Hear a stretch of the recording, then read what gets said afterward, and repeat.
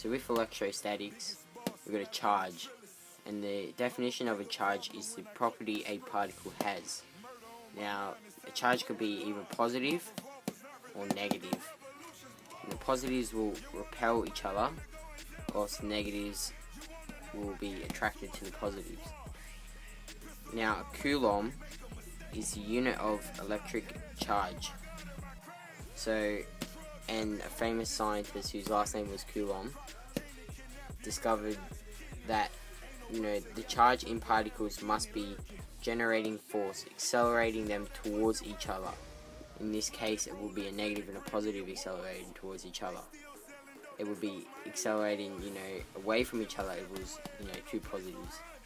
And he came up with this equation: F equals, KQ1 times Q2 over the distance squared.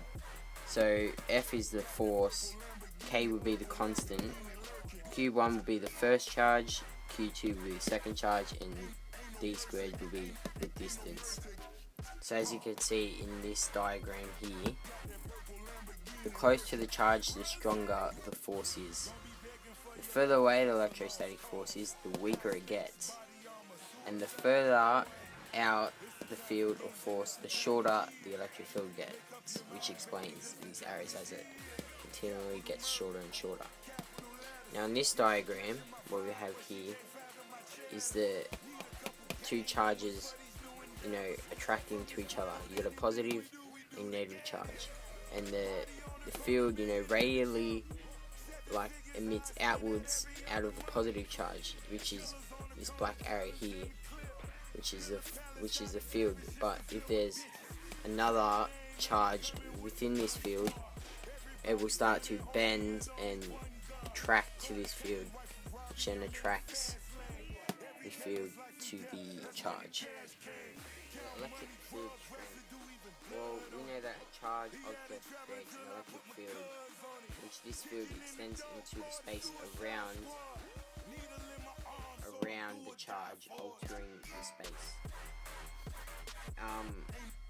In this formula here, we can find out the electric field strength with E,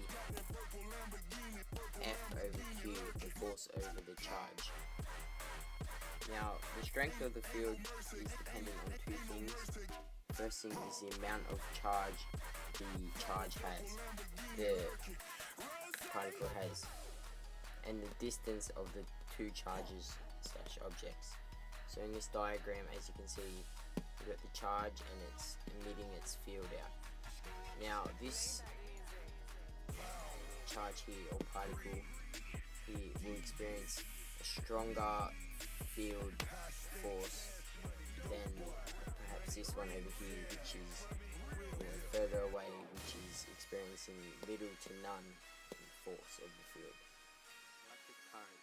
So this can be defined as the rate at which charge flows past. Forgive me for my wrongs, I have just begun.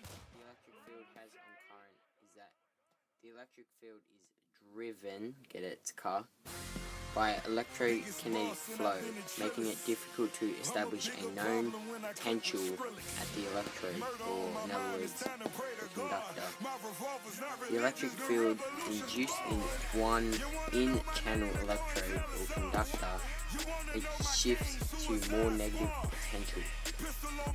The electric field potential increases exponentially with applied current. So the more current you give or put through the circuit, the greater potential the electric field has. So onto current flow. The current can be a flow of positive or negative charges, or both. The flow of positive charges has the same electric current and the same effect in the circuit than an equal flow of negative charges in the opposite direction. So in this diagram, we just have a simple circuit. As you can see here, along this path will be the flow of charges, whereas this path here, smaller one, will be the flow of electrons, which is in the opposite direction of that, of the flow of charges. Now the direction of an electric current is by convection, which is needed for the direction in which a positive charge would move. So in this example below, just got another simple diagram here. This is the positive terminal, this will be the negative terminal.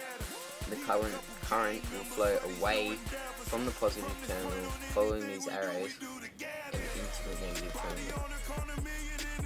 We have a problem here, and the problem is, given that P2, which is this particle here, charge is 15 coulombs, and the force being acted on P2 is 50 newtons, find E. So we're going to use this equation here.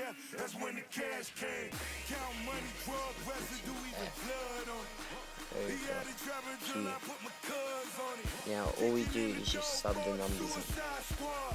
So F here, well, the force is 50 newtons, so we put 50 at the top, and then we'll have to go over, and then the charge is 15 coulombs